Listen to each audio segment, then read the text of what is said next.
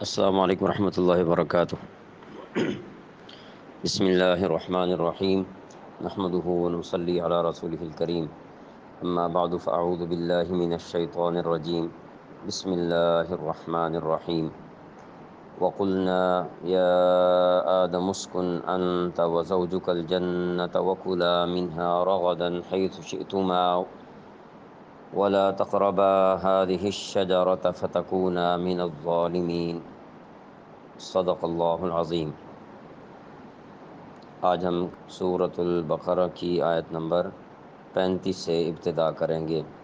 وقلنا، اور ہم نے کہا، یا آدم، اے آدم علیہ السلام، اسکن، تم رہو، تم سکونت اختیار کرو، انت، تم، وزوجکا، اور تمہاری بیوی، الجنت، جنت، وکلا، اور تم دونوں کھاؤ، منہا، اس میں سے، رغدن، اطمینان سے، حیث، جہاں، شئتما، تم چاہو، یعنی تم دونوں چاہو، شئتما، تم دونوں چاہو، ولا تقربا، اور نہ قریب جانا، ہذہ، اس، الشجرۃ، درخت، فتکونا، پھر تم دونوں ہو جاؤ گے، من الظالمین، ظالموں میں سے۔ وقلنا یا آدم اسکن انت وزوجک الجنہ، اور ہم نے کہا، آدم، یعنی اے آدم علیہ السلام، تم اور تمہاری بیوی جنت میں رہو۔ یہ چونکہ آدم علیہ السلام کو اللہ تعالیٰ کا کلام ہے اور ارشاد ہے، اس لیے انت کا ترجمہ تم کے ساتھ، اور وزوجک کا ترجمہ تمہاری بیوی، تمہاری بیوی لفظی طور پر اردو میں کیا جا سکتا ہے۔ ادب اور احترام کے دائرے میں رہتے ہوئے اس کو لفظ آپ کے ساتھ بھی بولا جا سکتا ہے۔ اور ہم نے کہا، آدم، یعنی اے آدم علیہ السلام، آپ اور آپ کی بیوی جنت میں رہو یا جنت میں رہیں۔ اس میں جمع کا احتمال ہوتا ہے آپ کے لفظ میں،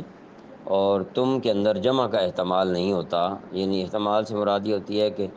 دوسرا کوئی معنی اس میں نہیں آتا۔ اس لحاظ سے ترجمہ جو ہے وہ تم اور تمہاری کے ساتھ بھی کیا جا سکتا ہے،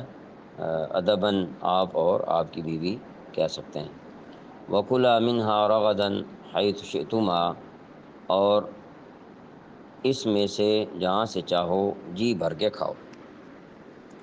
وَلَا تَقْرَبَا هَٰذِهِ الشَّجَرَةَ، مگر اس درخت کے پاس بھی مت جانا، فَتَكُونَا مِنَ الظَّالِمِينَ، ورنہ تم ظالموں میں شمار ہوگے۔ یہاں یہ جو بات ارشاد فرمائی ہے، ایک ہی بات بظاہر یہاں وضاحت طلب ہے کہ وَلَا تَقْرَبَا هَٰذِهِ الشَّجَرَةَ،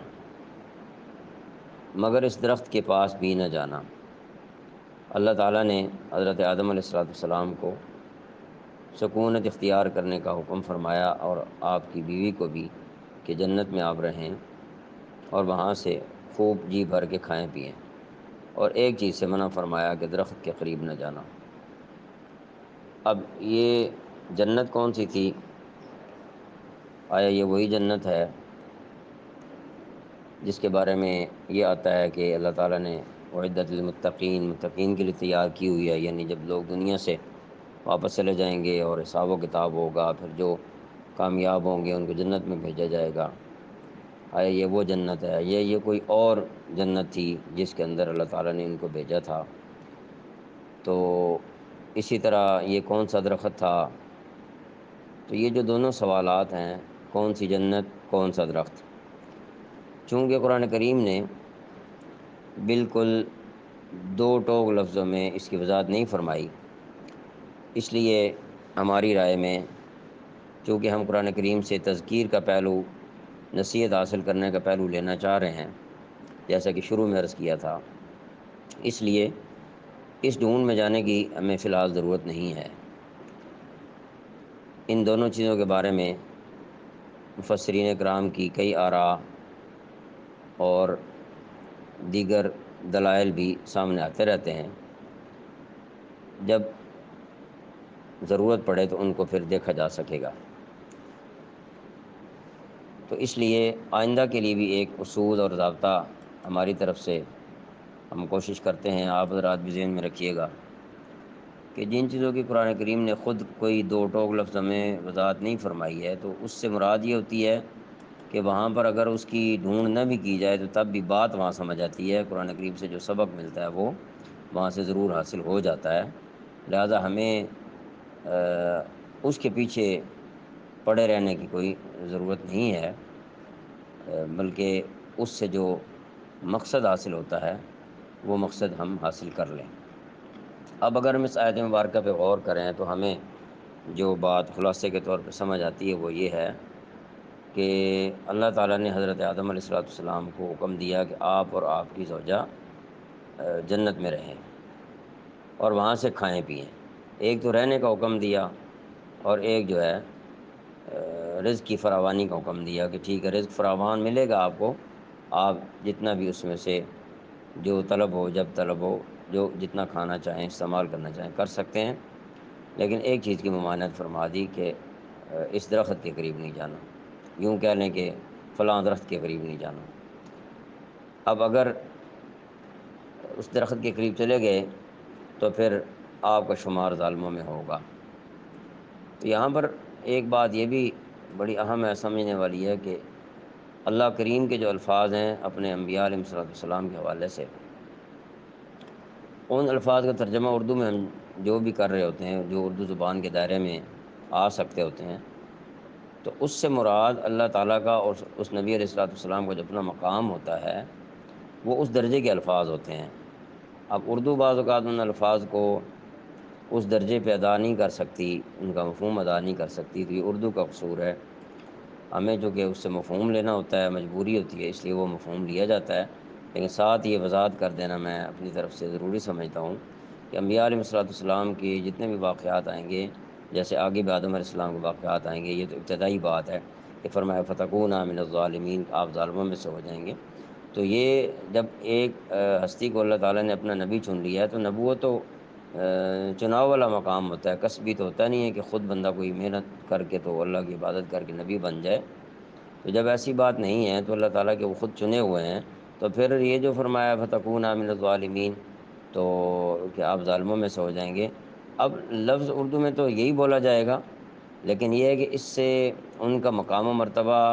نبوت والا جو ہے اس میں رہتے ہوئے ظالمین کا معنی کیا ہوگا، یہ بہرحال اللہ تعالیٰ بہتر جانتے ہیں۔ میری ناقص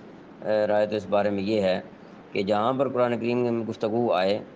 اللہ تعالیٰ کی گفتگو ہو، ارشاد ہو، اور نبی علیہ السلام کے ساتھ ہو، جس بھی نبی علیہ السلام کے ساتھ ہے، بہت سارے مقامات پر بہت سارے انبیاء علیہ السلام کے حوالے سے بات چیت آتی ہے کہ کہیں ذرا سخت الفاظ میں کوئی بات کہی جا رہی ہوتی ہے، کہیں کچھ ناراضگی کا اظہار کیا جا رہا ہوتا ہے، تو ہمیں فوری طور پر یہ خیال ذہن میں لانا چاہیے کہ یہ معاملہ اللہ تعالیٰ کا اور اس کے نبی علیہ السلام کا ہے۔ اب اس کے عربی میں جو الفاظ استعمال کیے گئے ہیں ان سے حقیقی مراد اللہ تعالیٰ کی کیا ہے، ہم تو صرف یہ کہیں گے کہ یہ ان کا جو کہ مقام بلند ہے، تو مقام بلند کے حساب سے اللہ تعالیٰ نے ان کو جو کچھ اس میں ارشاد فرمایا وہ ارشاد فرما دیا ہے۔ تو مفہوم ہم یہ سمجھ لیں گے کہ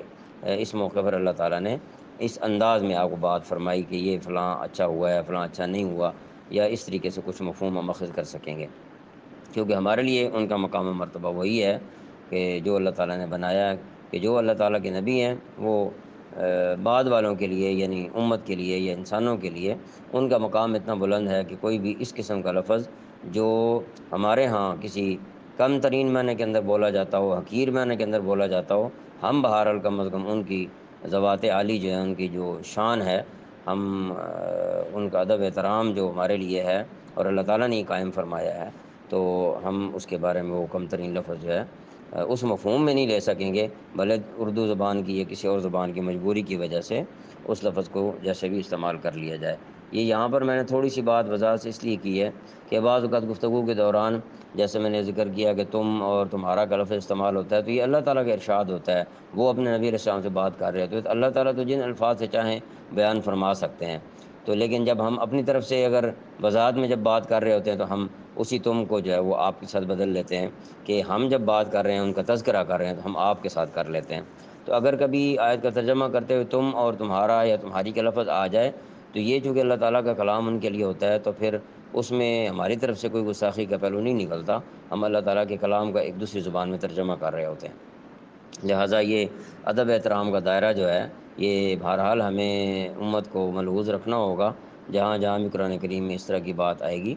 تو اس کے اندر بنیادی نقطہ نظر ہمارا یہی ہوگا کہ اللہ تعالیٰ اور ان کے نبی علیہ الصلوۃ والسلام کا جو